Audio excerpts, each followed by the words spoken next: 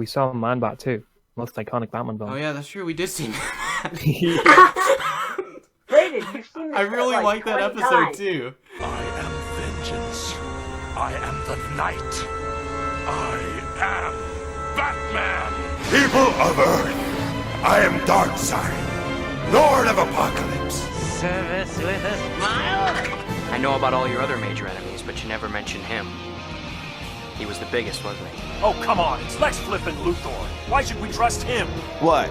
Like a bunch of super friends? More like a Justice League. We are back with episode 3 of the DCAU Rewatch, and I am once again joined by Exit over here, Yo, yo, yo. and Arcanize. Hey, what's up?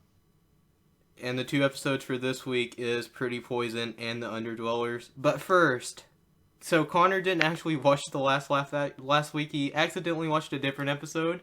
So Connor, tell the people what you actually thought about the episode after you watched it. You know what? It was pretty good. I enjoyed it.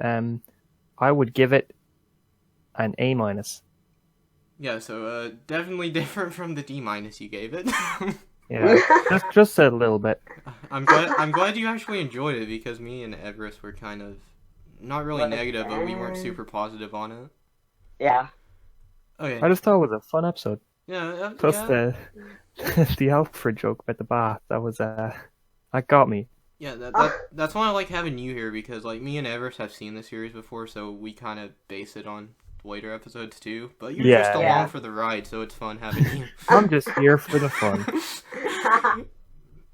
No, it's really fun getting someone's like that's just now first seeing the show's insight. Because it's like a whole different perspective when you have two people who've seen it like 80 times, and then you have Connor over here who's never I've only seen it like a couple dozen times. Right. Okay, buddy. I should just roll the clip if you've never seen it. Okay, well, let's go ahead and get into Pretty Poison. So the basic premise of this episode is Poison Ivy's dating Harvey Dent, which they don't know it's Poison Ivy yet, but it's a whole revenge plot because Harvey killed a bunch of plants like 5 years before this. Yeah, that's the basic plot. So, Connor, what do you think? It was great seeing Harvey Dent again. You know what? I love me some Harvey Dent and all that. But I do think this episode kind of painted him out to be not very, I guess, astute. He wasn't very smart. I know that's because, like, you know, he was being manipulated by Isley and all that. But at the same time, like, it seemed like he was very just not smart throughout most of the episode. I also thought the design for Poison Ivy was kind of weird. Like, she just looked very different compared to everyone else. Which I guess is kind of like, you know, they're trying to do that because she's a villain and all that. They want her to stand out from the normal characters. But it just, something was off about it. And it's kind of like the opposite of Scarecrow, where I thought Scarecrow, the way they designed him, suited this world they're doing. I don't think the design they went with for Poison Ivy kind of suited the overall tone of the episode or the world they're going for. But it was enjoyable. I didn't love it, but it was pretty alright. Yeah, I actually think Ivy's design is kind of weird too. I think it's like one of the lesser villain designs in original Batman the Animated Series. Yeah. And like once they transition to a different animation in the new Batman Adventures, she's one of the few villains that the design change I prefer. But you'll see that later on. Okay. Anyway, Everest, in like what do you 4 think? months. Yeah. Anyway, what do you think of the episode, Everest? Again, like Connor said, it's great seeing Harvey Dent and, you know, working him up to becoming a person with multiple head parts. And again, I guess Connor too has the point. He was kind of like iffy on the brain side of things in this episode. But like overall, I had a fun time with the episode. It's just, I think this is, as far as Batman the Animated Series goes, a very basic episode. Like, I don't think there's anything super special about this episode. It's all just kind of like average. And I mean, I did have fun with Isley and, you know, her potent kiss powers and stuff. Like, I think they set that up pretty well. And I like that, Bruce at the end is just kind of like, Harvey, I was like, just maybe don't do that. Like, just don't. I thought that was a really good way to kind of tie everything up. But overall, I watched this and I'm like, oh yeah, it was fun. But there's nothing like really stand out about this episode at all. Yeah, there's nothing that would like bring me back to it. Nah. Yeah, for some reason I like remember this episode being a lot better than it actually was. Maybe it's just because this is really the only episode before Two-Face that Harvey's really the focus of. So that's really all I remember this episode for. And yeah, for good reason, because nothing else in the episode is memorable at all. No. It's kind of a disappointing intro to Poison Ivy. Oh yeah, like, I think they could have done it much better. Yeah, and thinking about the Poison Ivy episodes we'll see later, this is maybe the weakest Poison Ivy episode? I'm not sure, though. There may be one I'm not remembering. Poison Ivy's just a weird villain, I think.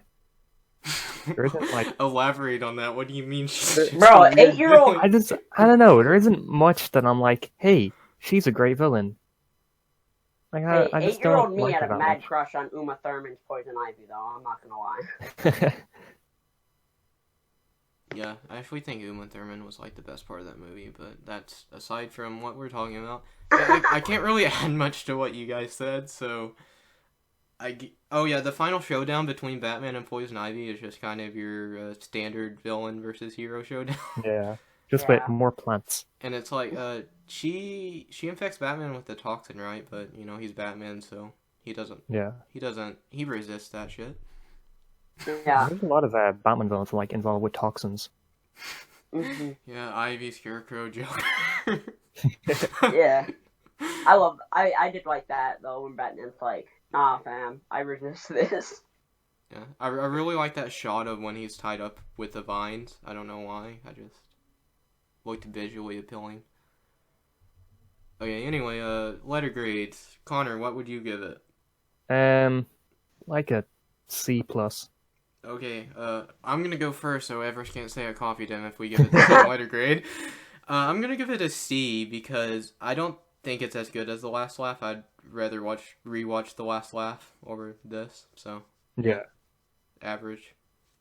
Plus Joker. Ooh, I'm gonna go with Connor. I'm gonna go one above you, C+, I think. Did you just copy me? Yeah, see, I was thinking a C+, but like I can't bring myself to give it something above The Last Laugh because I'd just I don't know. rather I'm going like rewatch that episode any day. C+ or C. They're kind of like on that edge for me, but I'm going C+. Alright, let's get into the next episode, the Underdwellers. So, Can we not? Well, spoilers, Skips. Okay, so, Sewer King has a bunch of children, and in Slade, basically, they go up to the surface to steal stuff for him, and Batman has to take him down. That's basically all this episode is. Well, also, Alfred deals with one of them, but... Okay, let's get into the episode. Connor, what do you think? Yeah, I don't really have a lot to say about it. There wasn't much that like left an impression on me. Basically just what you described the plot as is all I can really say about it. I did like the Alfred stuff with your kids, like show that Alfred is very much a father type figure, which, he was kind of a father to Bruce after Bruce lost his parents and all that. So it was cool to see kind of Alfred being like that with another child. But that's kind of it. Yeah, it wasn't a strong episode. It was just kind of there. Like, I'm pretty sure at the end of this, it'll be one of the episodes that I completely forgot happened. Yeah, completely understandable. Everest, what do you think? Yeah, this is one that I definitely was not looking forward to rewatching, and definitely lived up to that. I don't want to say I hate this episode, but I kind of hate this episode. It just everything makes no sense. I keep asking myself, why was this made? Like, it's just everything from the Sewer King, who's just awful, to just everything with the kids and him abducting them. I just don't get why they had to do this episode, the only like actual cool thing was Batman freaking hog tying an alligator. Oh yeah, that was cool. That's probably my favorite part of the episode, but everything else, man, just nothing really worked for me at all, from just kind of the plot to how they executed it and everything, and how we're having all these other episodes with these villains that, you know, they're pretty cool, and then we just have Sewer King in here abducting children and stuff. And just overall, man, I really don't like this episode. I don't know what else to say. Are you implying that Sewer King isn't the most iconic Batman villain? Because I think he is. Yeah, this episode was bad. Especially for an episode of Batman the Animated Series, very bad. Oh yeah. Nothing about it is memorable at all, and going in, I was pretty sure this was my least favorite episode of the show, and after rewatching it, I'm thinking that's probably still true. I don't know. We'll see once we get through the entirety of the show.